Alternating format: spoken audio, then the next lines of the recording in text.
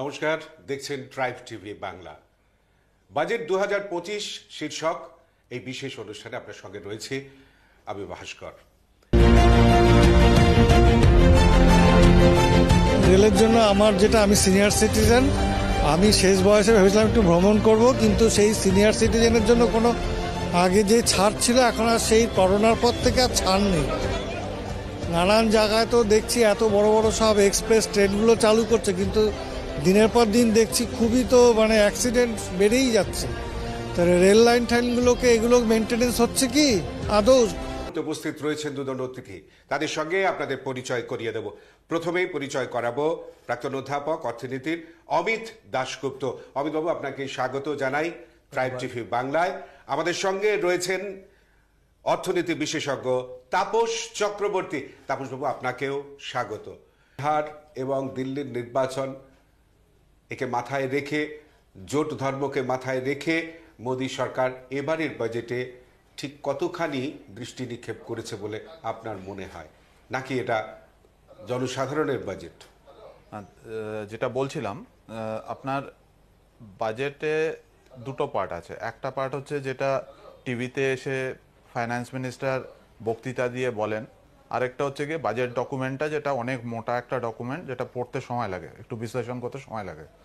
ভেতরে কি কি লেখা আছে সেটা গত কয়েক বছরে দেখা যায় যেটা টিভিতে বলা হয় তার থেকে বেশ কিছু অনেক জিনিস থাকে যেগুলো পরে, একদিন পরে বা দুদিন পরে ফাইন প্রিন্টগুলো বেরোয়। এটাকে ডিসক্লেমার হিসাবে রেখে আমি বলছি যে দেখুন, বাজেট ধীরে ধীরে করে আমাদের এখানে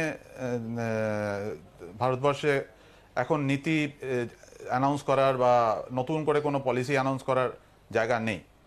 এখানে শুধুমাত্র কিছু পলিটিক্যাল চমক হিসেবে দেখানো হয়, অ্যান্ড তারপরে তো আসল জিনিস তো বাজেটের যে কোথা থেকে টাকাটা আসছে আর কোথায় টাকাটা যাচ্ছে সেন্ট্রাল গভর্নমেন্টের, এবং সেখান থেকে ফুলফিল করার চেষ্টা হয় বিভিন্ন স্টেট গভর্নমেন্টরা কীভাবে টাকা পাবেন, অ্যান্ড অন্যান্য কোন কোন খাতে টাকাগুলো যাবে সেইগুলোকে ডিসাইড করা হয়।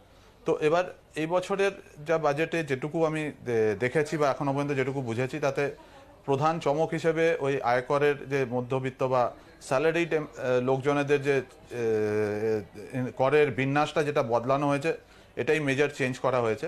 4 থেকে নিয়ে 12 পর্যন্ত যে বিভিন্ন স্ল্যাবে রেট রয়েছে, 5%, 10%, 15% এমনি করে ট্যাক্সের রেট দেওয়া আছে, কিন্তু 12 লাখ টাকা পর্যন্ত পৌঁছানো পর্যন্ত আপনার রিবেটও রয়েছে।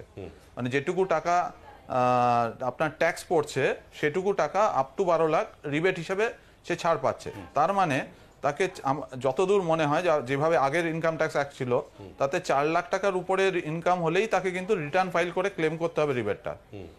তো আপনি পুরো সিম্পলিফাইড হয়ে গেলেও তা নয়। এবার কিন্তু স্ট্যান্ডার্ড ডিডাকশনের জায়গা একটু আলোকপাত করতে পারবেন? বলছি 75,000 টাকা স্ট্যান্ডার্ড ডিডাকশন আছে। দেখুন, আমাদের দুটো ট্যাক্স রেজিম আছে, একটা ওল্ড ট্যাক্স রেজিম আর নিউ ট্যাক্স রেজিম। পুরোনো যে ট্যাক্স রেজিম ছিল তাতে বিভিন্ন রকমের ছাড় নিতে পারতাম আমরা। 80C বলে যে সেকশন, তাতে 1.5 লক্ষ টাকা পর্যন্ত বছরে ছাড় নিতাম, এবং এরকম আরো অনেক কিছু ছোট ছোট ছাড় ছিল। তো সেই ছাড়গুলোকে আমরা ফোরগো করে আমরা 7 লক্ষ টাকা পর্যন্ত নিউ ট্যাক্স রেজিমে যেতে পারতাম, যাতে আমার 75,000 টাকার স্ট্যান্ডার্ড ডিডাকশন পেতাম, শুধুমাত্র একটাই ছাড়। এবার এবছরও এখনো 75,000 টাকা স্ট্যান্ডার্ড ডিডাকশনটা মেনটেন রয়েছে, অ্যান্ড আপনি ওই স্ট্যান্ডার্ড ডিডাকশনটা যদি ধরে নিই, তাহলে স্যালারিড লোকজন 12,75,000 টাকা পর্যন্ত ট্যাক্স দিতে হবে না, যারা স্যালারি ইনকাম 12,75,000। কিন্তু প্রবলেমটা হচ্ছে গিয়ে, যেই 12,75,000 পেরিয়ে যাচ্ছে তার কিন্তু বেশ অনেকটা ট্যাক্স পড়ছে, কারণ ওখানে রিবেটটা শেষ, তারপরে আর রিবেট দিচ্ছে না। এবার হয়তো এটা একটা ড্রাফটিং এরর, হয়তো ঠিক করবে পরে, কিছু রিবেটের ব্যবস্থা করবে, কারণ তারপরেই দুম করে অনেকটা ট্যাক্স পড়ে যাচ্ছে, যে 12.5 13 লাখ টাকা যেই হয়ে যাচ্ছে যে। তো এবার সেটা যাই হোক, এর রেপারকাশনটা কি হতে পারে ইকোনমির উপরে, সেটা হচ্ছে কি একটা ইম্পর্টেন্ট জিনিস। মানে অন্য যা জিনিসগুলো অ্যানাউন্স করা হয়েছে তাতে যা ছিল তার থেকে বিশেষ কিছু বদলাবে না।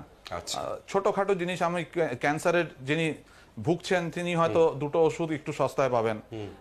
এবার টোটাল পপুলেশনের মধ্যে, এটা তো আমি যখন সেন্ট্রাল বাজেট করছি পুরো দেশের জন্য, তখন কটা লোকের সেই জিনিসটার বেনিফিট হবে? অবশ্যই কিছু লোকের হবে।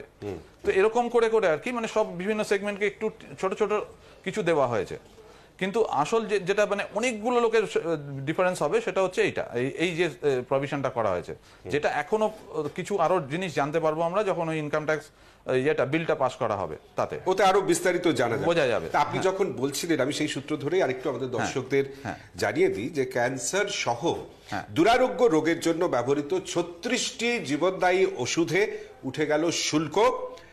বাজেট পেশের সময় এমনই ঘোষণা করেছেন নির্মলা সীতারামন।